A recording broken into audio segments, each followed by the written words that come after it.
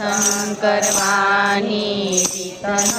જાણી તમે રે બોલાવો તો દોડી દોડી આવું કહો તો ભોળાનાથ દીવડા પ્રગટાવું કહો તો ભોળાનાથ આરતી ઉતારું કહો તો ભોળાનાથ દીવડા પ્રગટાવું કહો તો ભોળાનાથ આરતી ઉતારું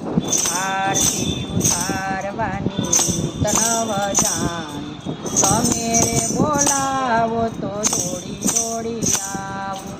આરતી ઉતારવાની રીત નવ જાણી તમે રે બોલાવો તો દોડી દોડી આવું કહો તો ભોળાનાથ લાડુ ધરાવું કહો તો ભોળાનાથ લૂદરી